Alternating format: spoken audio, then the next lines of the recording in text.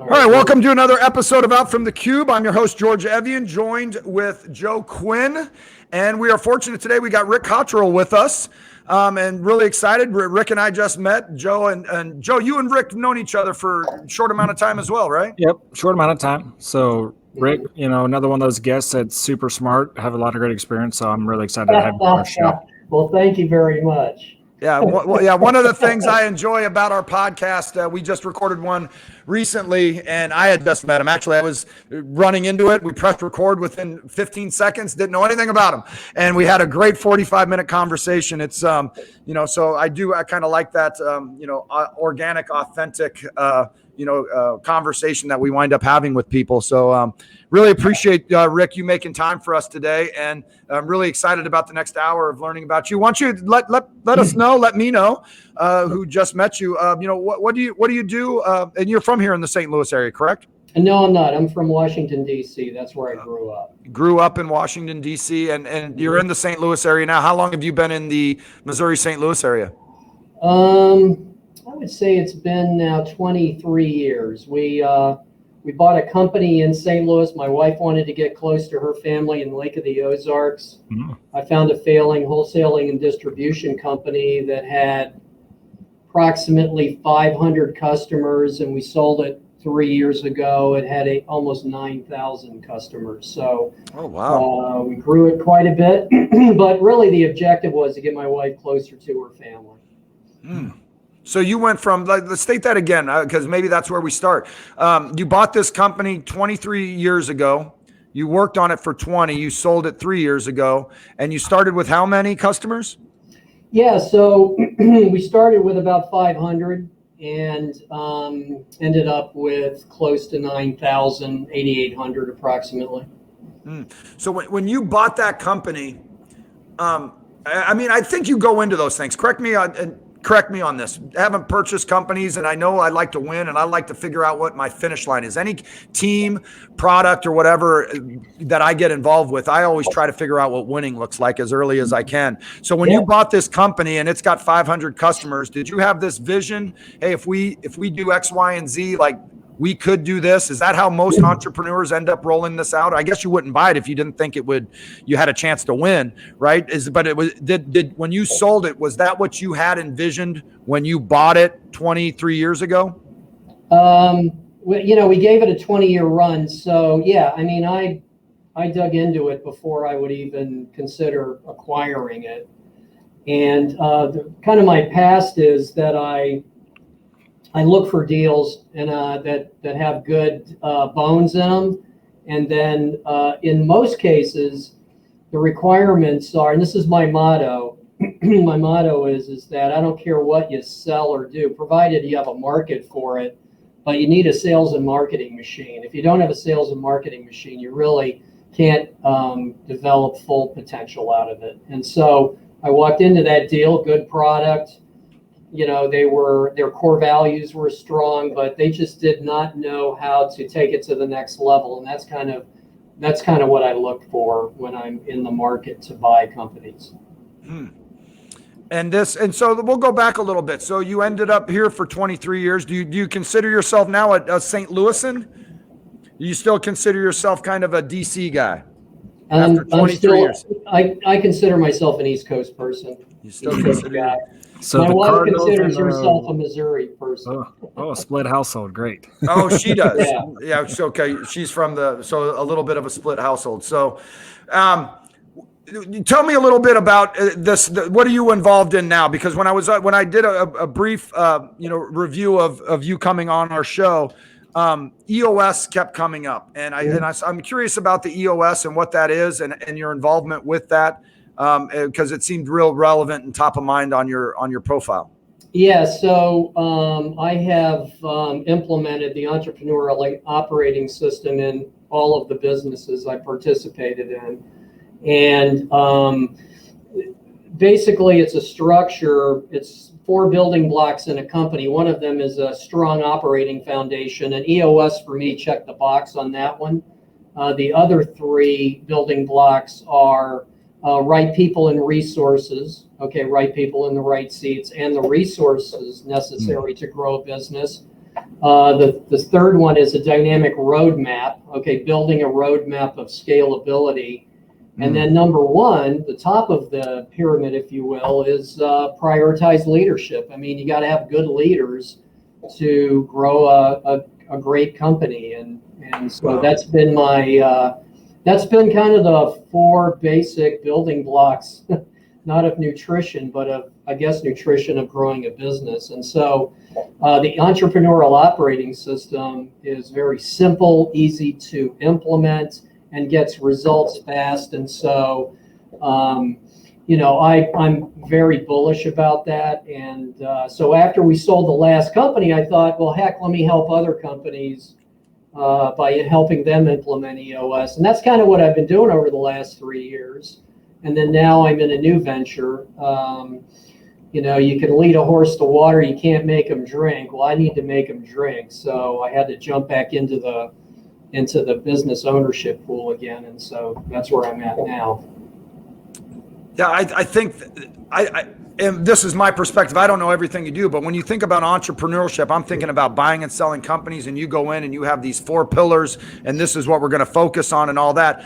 I work for a company that is, you know, I work for a company that is a global company and has thousands and thousands of employees and is doing amazing work in the medical field, medical space, and everything you just mentioned, without question, we've got to dig into each one of those building blocks, because each one of those it has to be a foundation for the company I work for and the teams that I'm running. Like right off the bat, when you started talking about roadmap, if you saw me smile, I was like, man, I've been in meetings all morning about how to develop great roadmaps, how to figure out how what we're doing impacts other people in the team, in the company, how we can be synchronized. And then you start talking about the leadership portion to all that. Like, and I hate to have you do this again, but could you quickly go over all 4 of those again so I can make sure I get them in my notes, and for the people that are listening to this can make sure they get them in their notes again as well?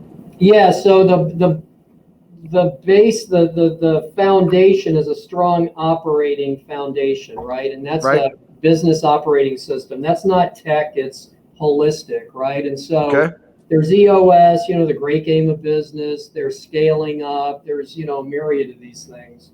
And I landed on EOS because it was simple, very logical in its interpretation, and you can distribute it throughout the company regardless of intellectual capacity. And so I found that to be very useful. And motivations, you know, people are motivated differently. And so the next one is the right people and resources. Right. Okay, so right people and putting them in the right seats, and then that's tied to a whole foundation on its own of, you know, function before people, having your your functional description developed. What are the key roles that individual, that seat is going to have to do perfectly? What are the measurables that are going to drive those key roles? Because you need to be able to measure and make them accountable. And then underneath all of that, you need a stable performance measurement system, which is not a punitive thing. It's a remediation process. Or, you know, if you have the right people and they're in the right seats, all you're really trying to do now is develop them, right? And so that's the whole, you know, undercurrent of that side. And then the right resources, you know, is real simple. Do you have enough capital? You know, do you have connectivity with an all-star team? You know, somebody that knows business law effectively, CPA and financials, insurance, all of that stuff. And what I found is that most companies, you know, they reach out to a specialist or expertise when they're in, you know, when they're in a jam. You know, so you got to have this stuff in place up front. The third one is dynamic roadmap. And what I'm talking about there is business intelligence. So it's a very underutilized area of business, especially in the small, mid-sized companies. I mean, you know, heck, they couldn't answer a question about what are the numbers that drive your business. So you build a scalability model from that. Very simple example is, If you're going to grow to X number of dollars in October of 21, how many of these do you need? How many of those do you need? How much of that do you need? I mean, so you want to be ahead of the curve as it relates to your scalability. That's what that means.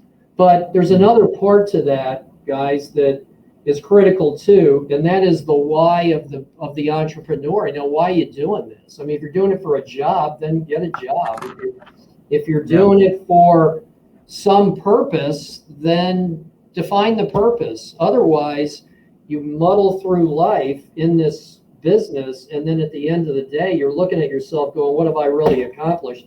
So that's the roadmap. It's both, entrepreneurial roadmap, but it's also the business roadmap.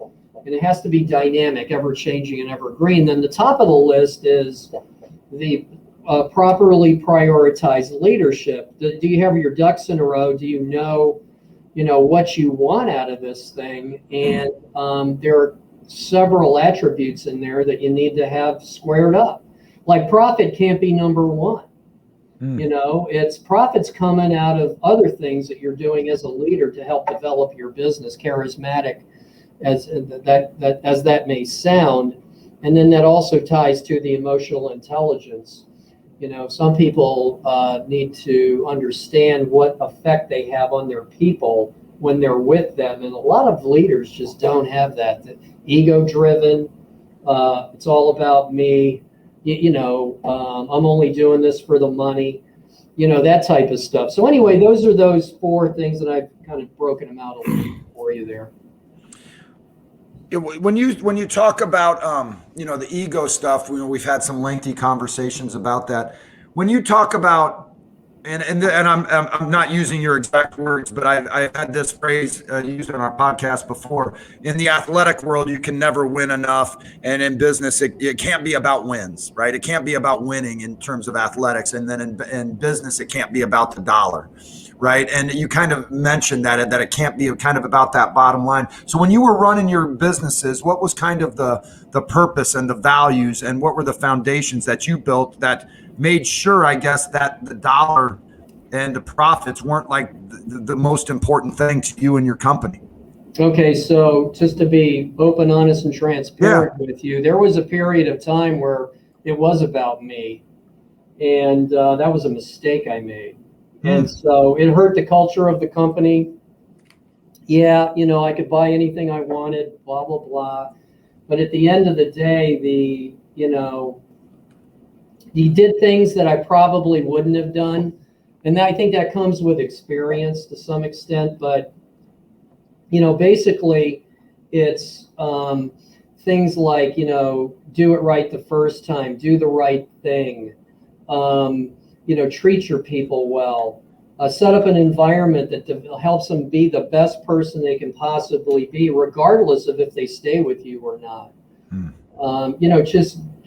Helping first, right? Giving back. And that was a learned thing. That wasn't something that I did immediately. I was all about I was a capitalist, and I still am sort of.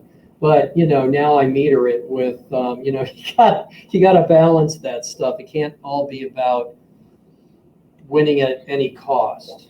So Rick, are you comfortable sharing like what was the aha moment, or maybe it was tough feedback that you give? Like when what made you decide to switch, to change? Well, my mentor, a gentleman by the name of Sam Cupp in Detroit, Michigan, we started a company together up there. And, our company grew pretty quickly. And, I remember,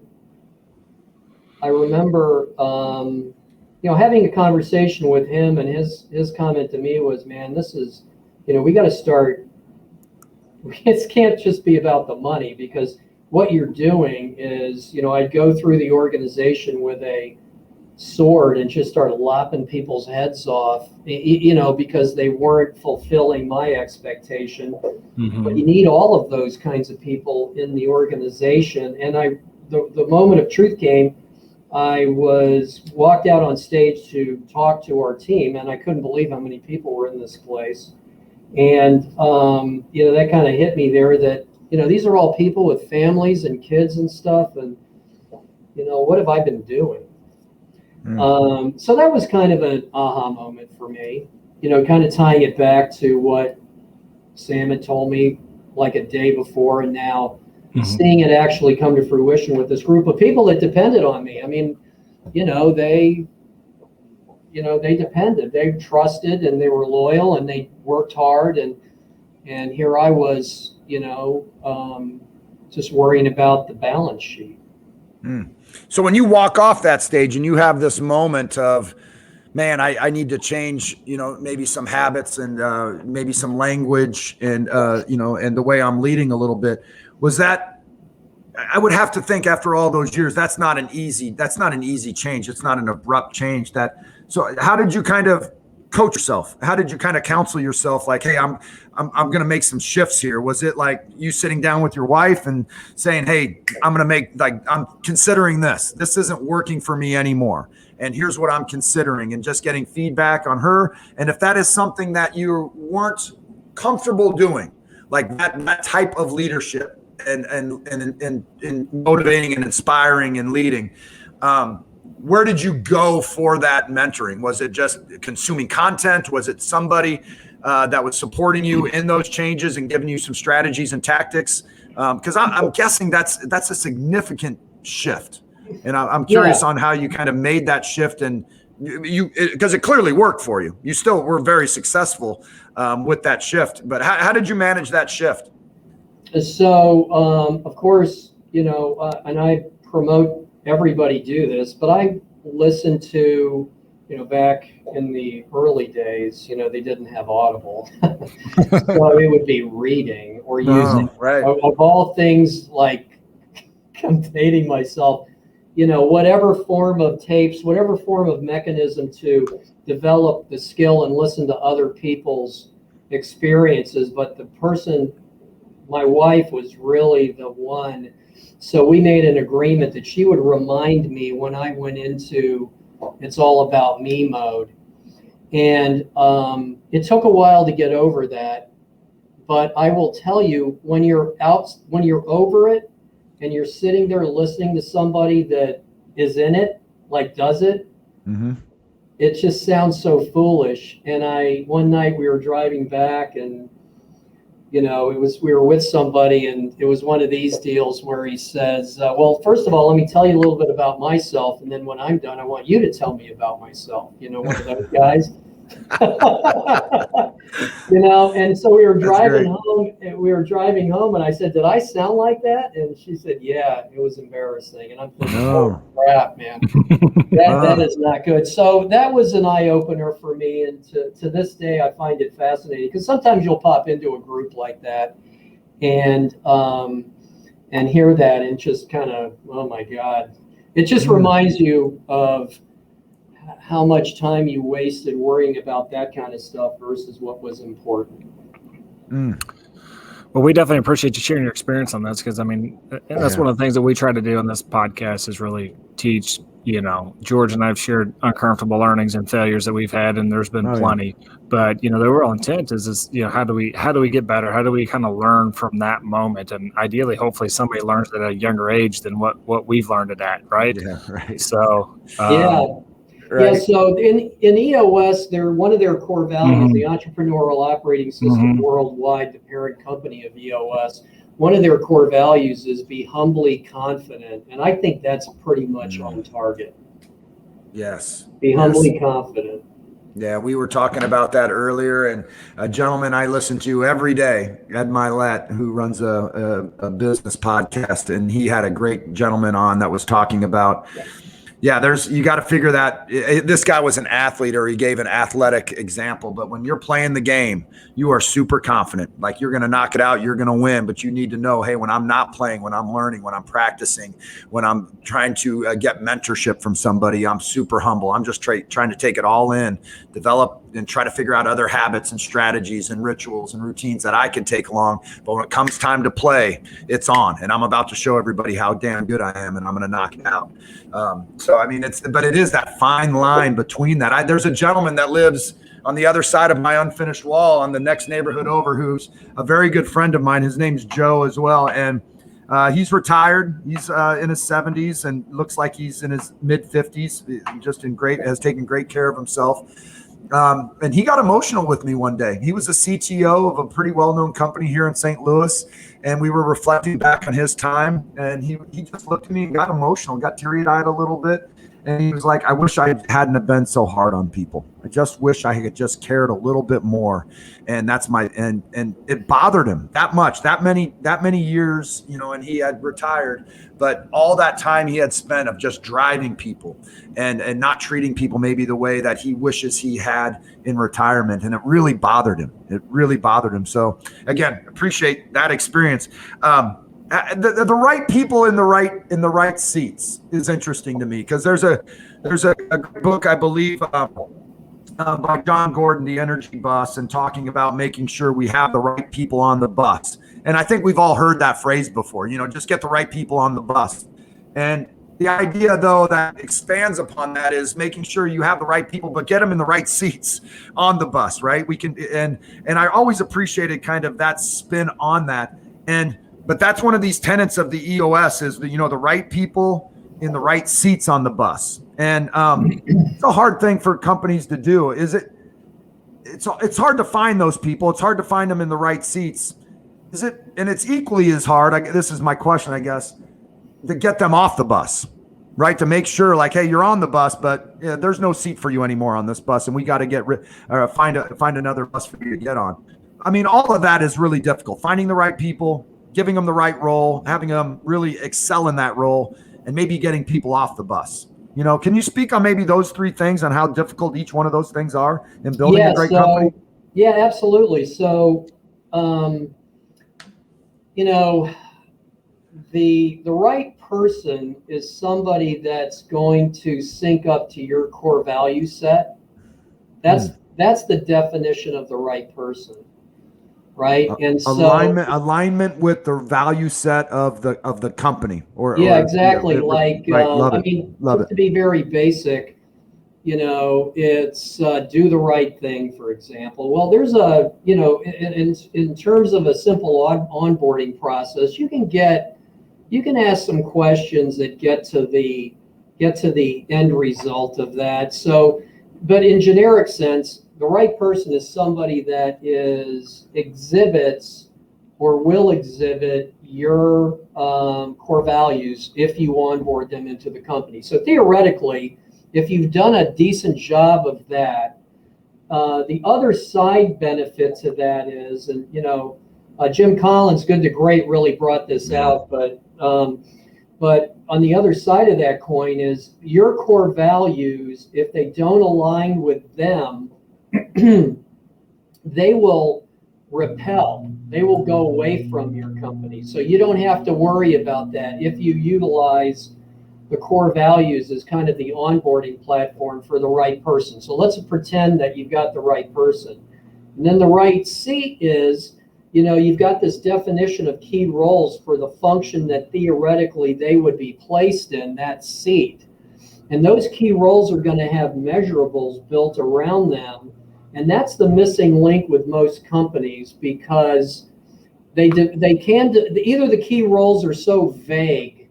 I just saw one the other day, and when I looked at it, I'm like, oh my God. I mean, it was must have an organized desk. Okay, well, good luck measuring that. Okay, so the point is that when you have the key roles defined and you connect the measurables, the accountability to those key roles, you don't have to worry about getting rid of somebody if you've made a mistake. They'll get rid of themselves. Yeah. And so that's really the tie down for right people, right seats. And 85% of the problems in companies are people. I mean, that's a reality. And so most organizations are afraid to have the healthy conflict that is required for the people that are in the company that are in the wrong seats, or they're the wrong people. But theoretically, if you're onboarding that way, then all we're talking about is developing somebody up to a higher level of performance. So it's more remedial and development based versus punitive. Does that make sense? It does. The question I'm thinking about is, Yeah, and I love it. And I really love the idea because you have me thinking. I'm actually being tasked with my company. We are building 2 or 3 new teams. It's very complicated software, so we have to find the right technical people. It's very complicated software. And they're asking me to find these to do like the kind of the fit is is it the fit interview? Like, does this person really fit in with the culture and all that? But you have me thinking about the values. Like, we've got to do a better job of making sure that when we hire, we know where we stand for, what we're looking for, what are those absolutes that we're looking for. Because to be honest with you, I'm not. You have me thinking like right when this call's over, I've got to ping a few people and say, hey, I'm being tasked with this. And you bring up a great point about that intersection between our values to find the right people, and just getting clarity on what our values are. Now, you could say it's a bad spot that I'm sitting here saying, I don't know. I'm not sure where we hang our hat on certain things as values, because you would want a company, I'm guessing, to be able to have everybody rattle off what we stand on. Right. And we should all know those absolutes. And so you're triggering some change and some conversation that I'd like to have with some executives with our company. What about finding the right people and there's not a seat for them, and creating and helping them find, if you find now, listen, I mean, you could find great people. Like, you could say, hey, Rick, George, you're in line with everything that we value, but you're missing certain skills. Like, there's no seat for you on this bus. But aren't there situations where you get really good people that fit the values? They're the right people for your bus, but maybe you just got to build a seat for them. You just got to like, hey, just go, sit in the aisle and just lay down, because we're going to find stuff where you're exactly what we need to move us forward. Do you have those people, and what's the best way to kind of get those people to stay on the bus? So I'll answer that this way. You know how the NFL, right? There's free agency in the draft, and you're always looking to improve a position. So if I can find somebody that will help the scalability of the organization, right? You're always on the lookout for talent upgrades. And the only reason you would go down that path is if you felt like somebody in the organization, I'll characterize it like this. If we're 10 million, just for numbers' sake, if we're 10 million and we want to get to 20, the question of the leadership team, I'm going to have a meeting this Thursday about this. I mean, are you $20 million people? I like that. You know what I mean? So I like that a lot. Are you $100 million people? Because it's up to you. We'll give you all the tools you need, but you have to want to be better.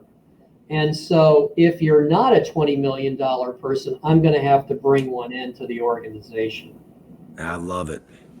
I absolutely love that. And here's what you have me thinking, and I cut you off. Sorry. One of the gentlemen I listened to, I love this. I love this story, and this is what you have me thinking. And this is actually, for me, I take this as business and my own personal development. There's thermostats and thermometers. And a thermostat changes the temperature, and a thermometer is just going to tell you where you're at. Right. And this idea of what are you? And you always will go back to kind of that temperature where you're comfortable. So if it's 10 million and then that is where I set my thermostat, and that's where I'm always comfortable. And you're going to roll in and say, George, we're capable of more. And you roll that sucker up to 20 million. Right. And that's just uncomfortable for me. I don't think I belong there. I'm not equipped for it. I don't have the skill set for it. Whatever it is. And you're saying, one, we have to feel like we're capable of that, of playing it. And it's this idea of like, in me and my personal life, I'm here, but I want to be up here. But when I do have those moments of up here, I always kind of go back to where I'm comfortable. Instead of having a support system of a Rick and a Joe that will mentor me to say, hey, George, you're capable of this. Like, and we're going to hold you accountable to playing at that level of playing. If you're at a 72, we're going to get you to 82. Right. But you kind of look at that as a business, like, okay, like we're scaling this sucker and we're getting to 20. And I'm going to tell you right now, if you're a 20 million player, right. And if not, if not, I got plenty of them. I absolutely love that. Right now, do you try to coach them up to be that player?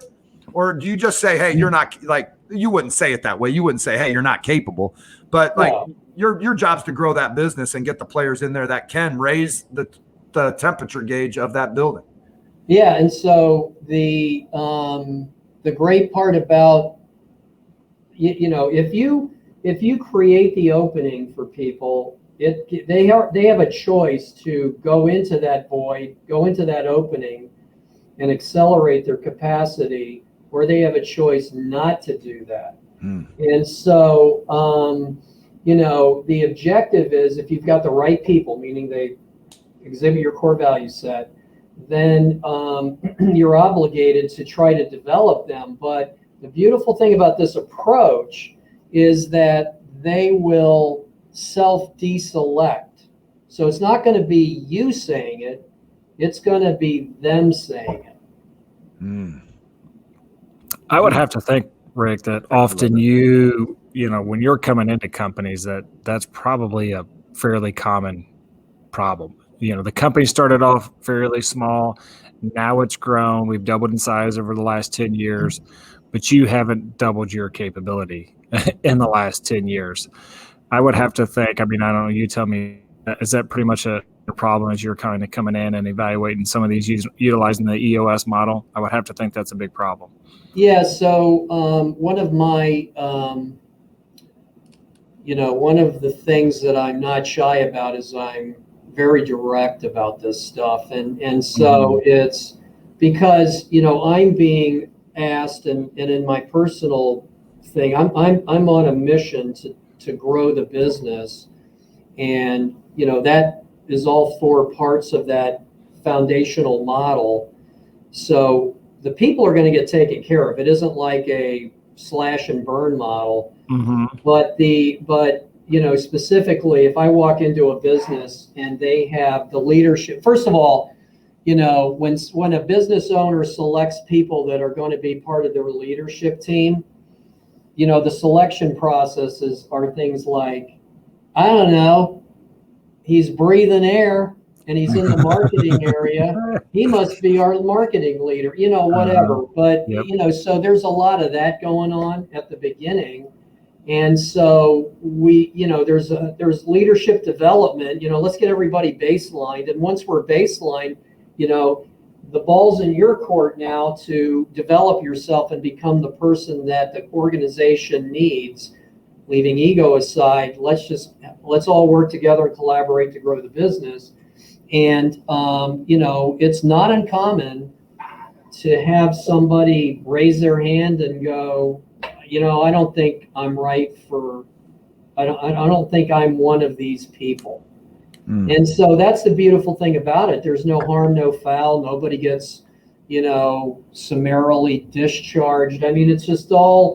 It's all a part of this, this process where people come to that realization on their own, primarily. Yeah, I would think that would happen a lot, especially as you're, laying out roles, responsibilities, and really kind of doing that. I think people probably start to see the writing on the wall that maybe this isn't the right. If we go do all these things that EOS says to go do, I may not be the right person to lead this, because this is beyond my capabilities.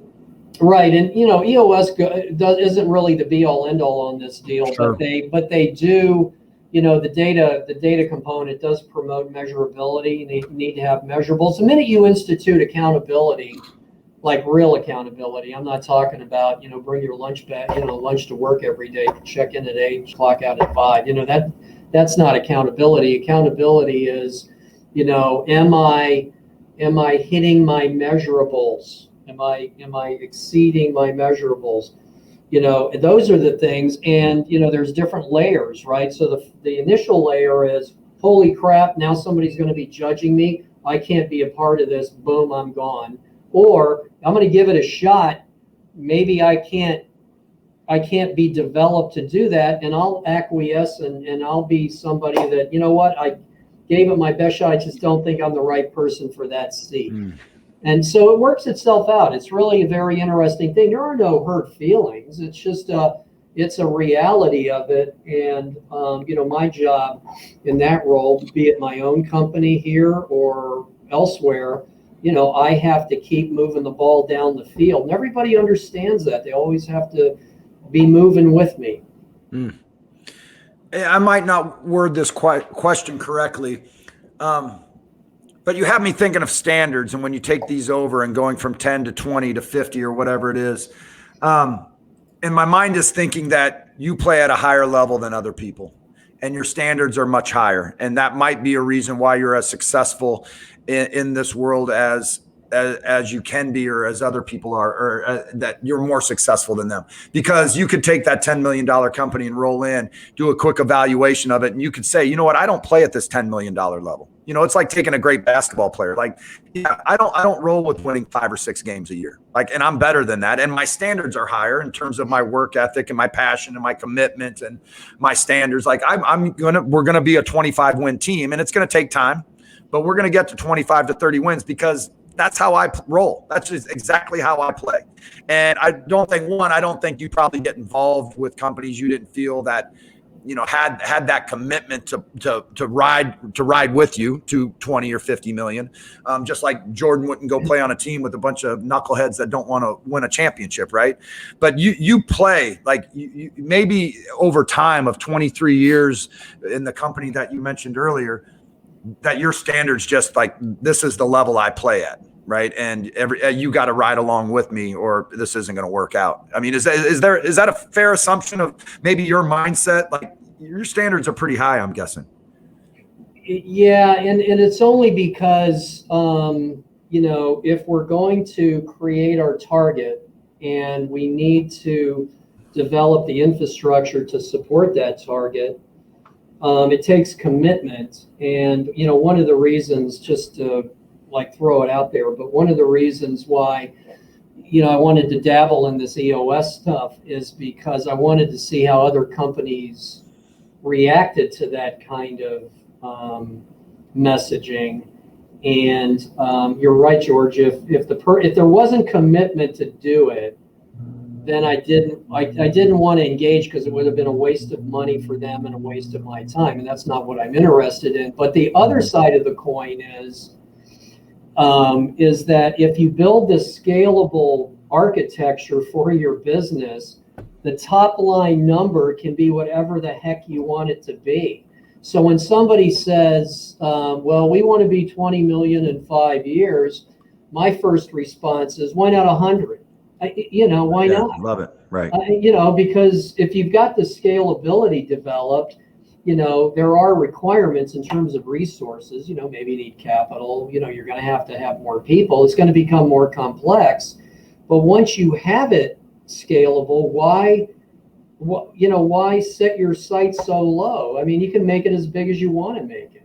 It's amazing how many businesses, entrepreneurs I've dealt with that created this superficial ceiling that I don't even know where they got it.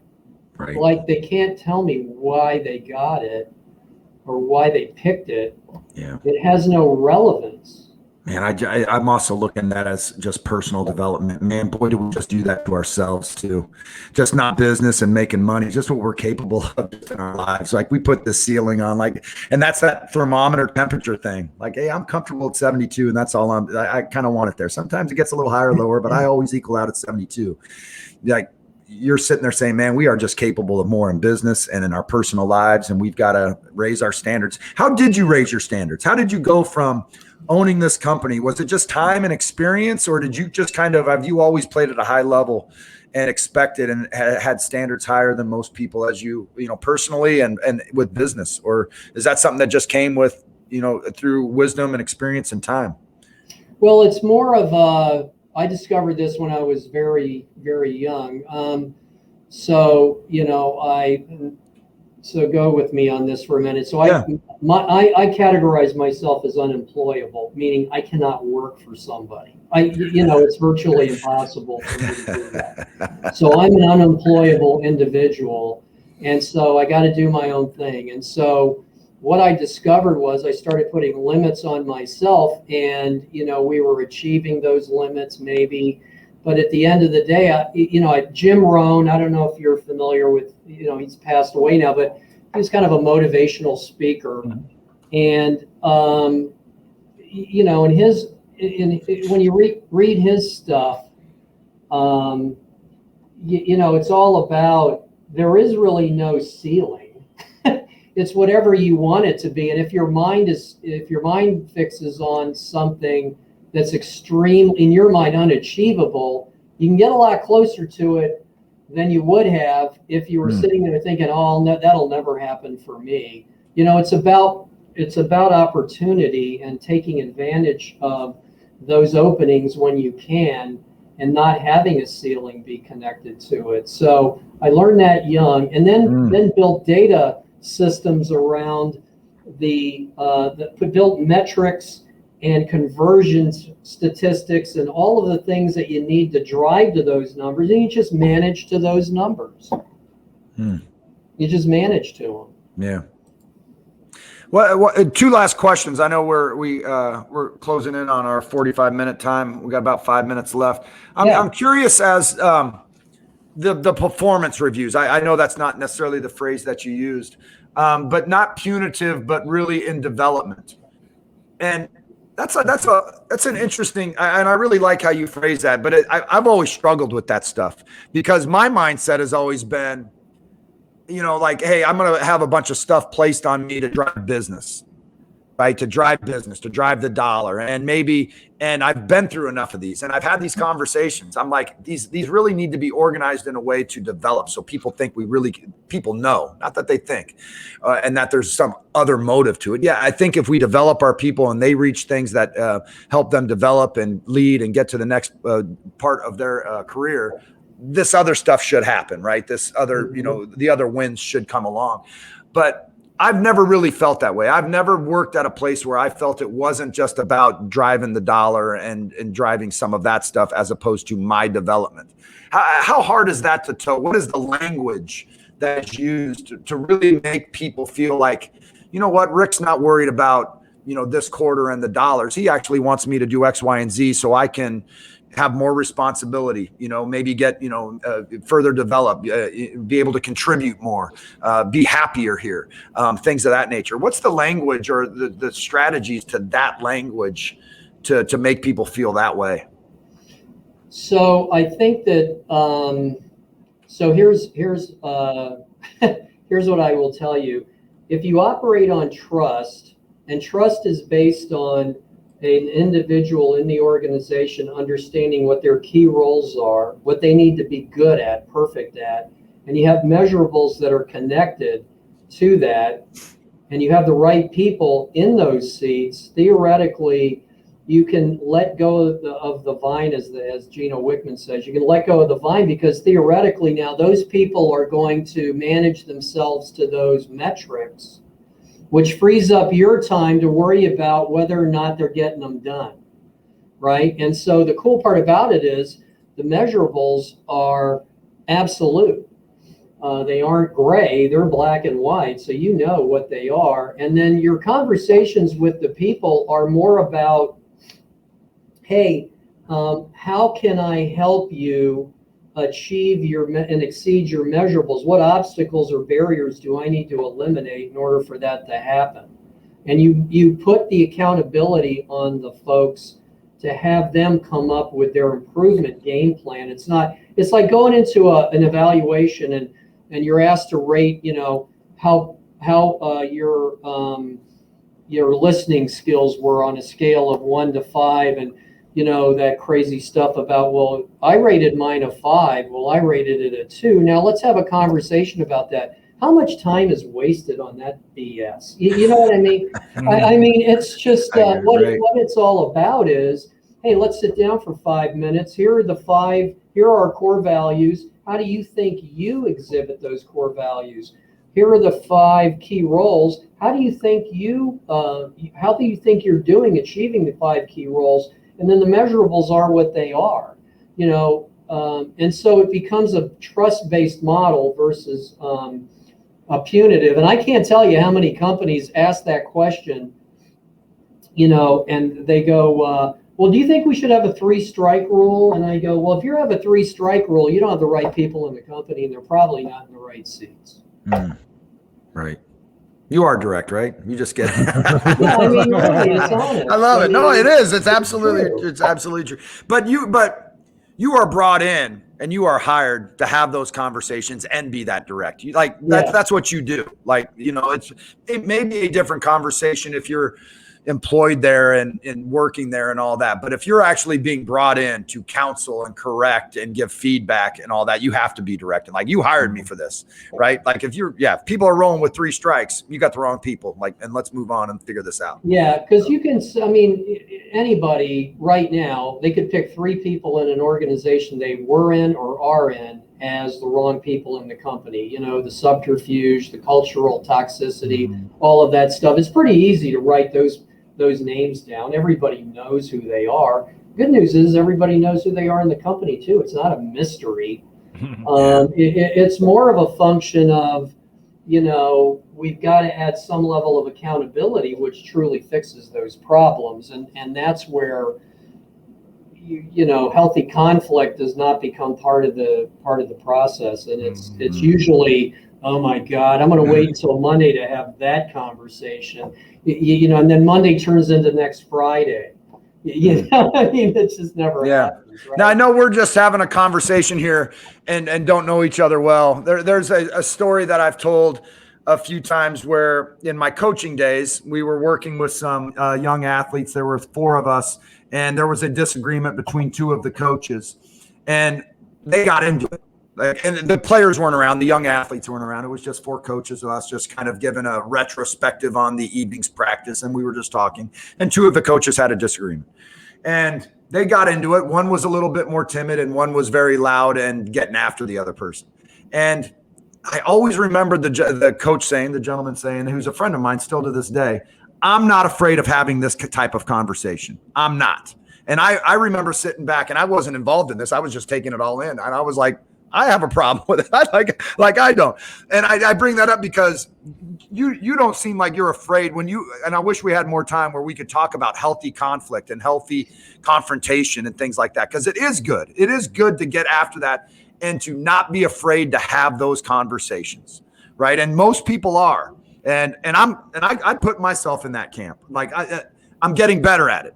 I'm getting better at having those type of conversations, but it's not in my DNA to enjoy it or think it's okay. But I feel like you have that in you. Like you're not afraid to have those conversations. No. And so we run an assessment. We run some assessments on communication style. And so the reason I make everybody, even in my organizations, this company here, everybody has taken one, because you can have those honest, open, honest, and transparent conversations, but the way the person interprets the data, you have to couch that in a way that's most effective for them to understand what you're saying. So you can't, it's like if somebody is an analytic type individual that's very to themselves, they're not real outgoing, you can't just jump down their throat. You've got to say the right stuff in order to make that interaction more effective. And so that's the caveat that we didn't talk about, is you need to understand what makes them tick before you can have that conversation. And it alters how that directness is couched. Yeah. One last question, we'll let you go, and we really do appreciate your time. This has been great, Rick. We've ended a number of our episodes this way, and I really kind of like this question. But I'm really bent on the word celebrate this year and making sure that we celebrate and celebrate with people some of the wins that we have in our life. So I don't know, this may not be the best way to ask this question, but if you were to finish this sentence for me of saying, George, the thing that I am most proud of that I led is blank professionally, what would you be most proud of that you were responsible for? Well, this is a personal thing, okay? So one of the things, and I'll couch it this way, one of the things about St. Louis that really I was surprised about, because we brought our kids down here, right? They were little. And so one of the things that I think I'm proud of is we brought our kids up with good values, and to see that as they're they're millennials, by the way. So I got it. There's a filter I have to go through here, but anyway, just to see them, develop themselves as adults now is, I think, the biggest success. Let me ask one last question, because I'm curious with this. Somebody asked me this the other day, and I absolutely loved it. If when your kids were younger, somebody told me this, I don't know, these are all numbers that you can do anything with, but by the time our children are 18 and leave and go off to college, we've spent essentially 95% of our time has been used up face to face with our children. I don't know if that's true in terms of percentages, but I understand the point. Like from 0 to 18, 95% of our face to face time with our children is there. Then they leave and we've got the rest of their lives, the rest of our lives, 5% is left. And I get that. It kind of hurt my heart a little bit, but I get it, right? But somebody was asking me, like, what would be one of the last things for them to walk out that door to go off to college and you only get 5%? What would be one last thing you would say to your children to carry them on for that, the rest of their time? But when you brought up your children, it had me thinking about that time, bringing your kids here and then they're adults and they're out. What would be one thing, like with your experiences and what you've learned running businesses, turning businesses around, and life in general, that if you could say one last thing as your children go out to prepare them for the battles of life, would you want them to know about? Well, I would say that do what you're great at and you love to do, regardless of any pressures you may feel. Love it. Love it. Joe, I've never asked you that question. You've got 4 children. What would be the one thing you'd roll out with your children as they walk out that door? You're talking every day. Like, what do they roll out with? What do I roll out with? No. When they leave and they go off and live their lives away from the Quinn household. And if you could give them one sage advice to carry them on to confront life with, what would you want them to know? I don't know. I mean, the thing that I do now, and I don't really know if it would change. I mean, just do your best and treat people good. I mean, that's literally, I try to keep it pretty simple, like whatever you do, I don't care what it is, whether it's if you're dedicating X amount of time to it, just do the best that you can do and treat people good. That's really, I mean, I talk a lot about making an impact on people. So that's kind of my motto. I don't anticipate that, I guess, changing for me. Yeah. Love it. Yeah. Well, Rick, I've loved this conversation. Yeah, Rick, really have. It's been good stuff. Yeah, really appreciate it. Rick, how can people get connected with you, or is there a social media platform that you use? Is there, I'm guessing you're on LinkedIn. That's where I got your information. Yeah. So LinkedIn, and then my company, bizresults.com is out there too. But LinkedIn, just send me a message. Great. And all the information about EOS is on his profile, but also it's a name. I didn't ask you about the name of your company. It's Biz what? Results.com, bizresults.com. Yeah. Bizresults.com. I'll make sure all that's in our show notes. Really appreciate that hour with you. We've gone a little over, but that was, I really appreciate your time. There's a lot, like the whole thing. This was very selfish on my end, on why we started this podcast 2 or 3 years ago. And it was just, to continue I wanted to just learn from people. I wanted to try to figure out how I could learn from people like Rick and Joe and other people that we've had on, so I can make my teams better, my family better, my personal life better, and challenge myself. And so, Rick, a lot of what you've said today will go in our show notes and go in my own personal notes, because there's things for me to get better personally. But man, we can do better with our teams. And I'm going to get off this. I'm going to ping one of my close friends at work, and we're going to talk about hiring. We're going to talk about the right people, the right seats, and we're going to talk about our values, and making sure that we find those people. Because I think that's just, I think that's gold, right? I think that you gave me a lot of clarity on what those right people are and what they look like. But you also just cemented in my head, like, we've got to have absolute clarity as a company on what those are. So we know every single day what those are, and so we can live up to those values and have a better environment for everybody to work in. So, Rick, I really appreciate that time today, and I'll make sure that everybody has his LinkedIn information and his company website are in our show notes. Thanks again, Joe. Thank you. Thanks, Rick. Appreciate it. All right. Thank you, guys. Happy to